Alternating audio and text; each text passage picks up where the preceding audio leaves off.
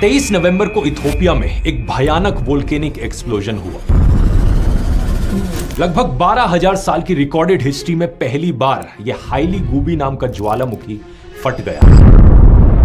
ये धमाका इतनी तेजी से, इतने अचानक से हुआ कि किलोमीटर दूर खड़े लोगों ने कहा कि उन्हें ऐसा लगा कि कोई बॉम्ब फट गया हो। इससे करीब 50,000 फीट ऊंचा ऐश क्लाउड निकला। ये राख का बादल इतना बड़ा था कि ये बड़ी ही आसानी से स्पेस से दिख रहा था। नक्शे में देखो, हवा के जरिए ये राख का बादल पहले ओमान और यमन के देश में गया और फिर धीरे धीरे पाकिस्तान और इंडिया तक पहुंच गया।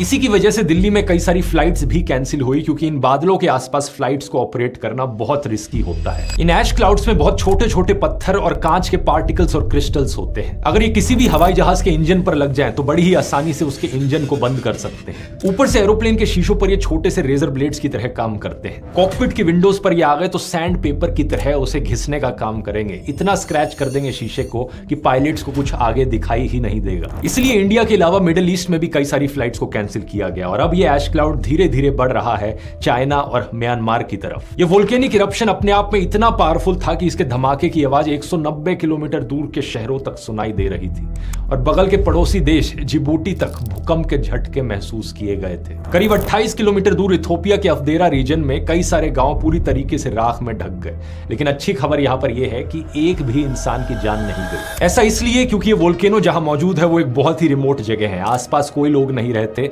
इनफैक्ट इस एरिया को दुनिया की हॉटेस्ट प्लेस माना जाता है धरती पर। इस जगह का नाम है दानाकिल डिप्रेशन। ये पूरा एरिया नक्शे पर देखिए सी लेवल के नीचे आता है। यहाँ का तापमान अक्सर 50-55 डिग्री क्रॉस कर जाता है। बारिश लगभग ना के बराबर होती है और ये जियोलॉजिस्ट और टूरिस्ट के लिए बहुत ही दिलचस्प एरिया है। जियोलॉजिस्ट के लिए इंटरेस्टिंग इसलिए है क्योंकि ये बहुत ही जियोलॉजिकली एक्टिव रीजन है।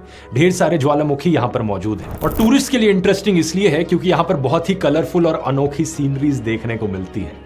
ये देखिए जरा, देखकर ऐसा लगता ही नहीं कि ये धरती पर हो। बहुत ही कमाल के येलोइश, ग्रीनिश, ब्लूइश से कलर्स देखने को मिलते हैं यहाँ हो रहे केमिकल रिएक्शंस की वजह से। अब यहाँ पर एक सवाल आपके मन में आएगा कि ऐसा आखिर क्या हुआ कि हजारों सालों बाद ये ज्वालामुखी एकदम से फट गया। तो इसके पीछे छुपी है दोस्तों एक बड़ी ही दिलचस्प कहानी अफ्रीकन कॉन्टिनेंट के 2 हिस्सों में टूटने की।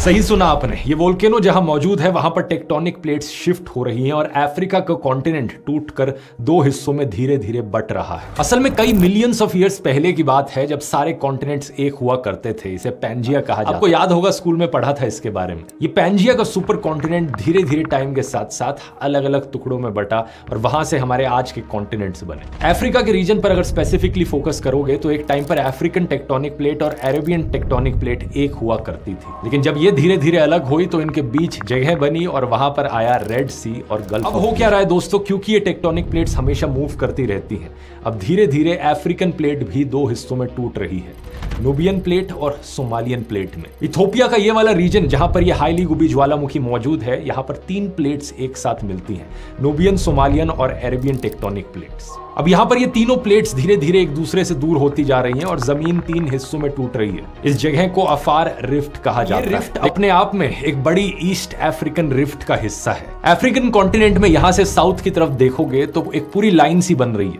करीब 6000 किलोमीटर लंबी लाइन जो रेड सी से होते हुए इथियोपिया, कीनिया, टांजानिया, मालवी और मोजाम्बिक तक जा रही है। यही वो लाइन है दोस्तों जिस जगह से अफ्रीकन कॉन्टिनेंट के टूटकर 2 हिस्से होंगे आने वाले समय में। अब यहां पर जब मैं आने वाले समय की बात कर रहा हूं तो जियोलॉजिकल टाइम स्केल की बात हो रही है, तो इंसानों के पर्सपेक्टिव से फिर भी बहुत लंबा समय है। ये पूरा बंटवारा होने में साइंटिस्ट का मानना है 5 से 10 मिलियन ईयर्स का समय लग सकता है। एल्बर्ट या लेख कीवू। तो इस पर्सपेक्टिव से अगर आप चीजों को देखोगे तो आपको समझ में आएगा कि जो हो रहा है वो बिल्कुल भी अनएक्सपेक्टेड नहीं है। जैसे जैसे कॉन्टिनेंटल प्लेट्स एक दूसरे से दूर होंगी, इस एरिया में अर्थक्वेक्स देखने को मिलेंगे, वोल्केनिक इरप्शंस देखने को मिलेंगी, छोटे छोटे क्रैक्स आएंगे ग्राउंड पर। और पिछले कुछ सालों में ऐसी कई चीजें होती हुई देखी गई हैं, जैसे कि जुलाई 2025 में हाईली गुबी के पास ही एक और वोल्केनिक इरप्शन हुआ था। ये एरिटा आले नाम का वोल्केनो फटा था। जुलाई के महीने में ही हाईली गुबी वोल्केनो से सफेद धुआं भी निकला था और तभी से साइंटिस्ट की इस पर नजर थी। और साल 2005 में तो इथियोपिया के इस रीजन में अचानक से एक बहुत बड़ा क्रैक भी देखने को मिला। एक 60 किलोमीटर लंबा फिजर जमीन के अंदर 10 दिन के अंदर अंदर फॉर्म हो गया। फोटोज देखो इसकी, बड़ी ही कमाल की है। यहाँ पर लोगों को भी खड़े हुए आप देख सकते हो और स्केल इमेजिन कर सकते हो इस गड्ढे का क्या है।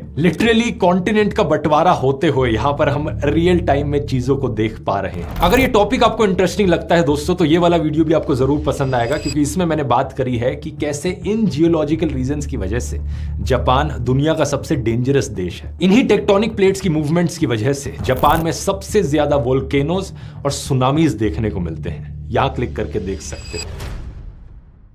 क्योंकि ये दोनों कॉन्टिनेंटल प्लेट्स एक दूसरे से धीरे धीरे दूर जा रही हैं 2 से 5 सेंटीमीटर पर ईयर के रेट से।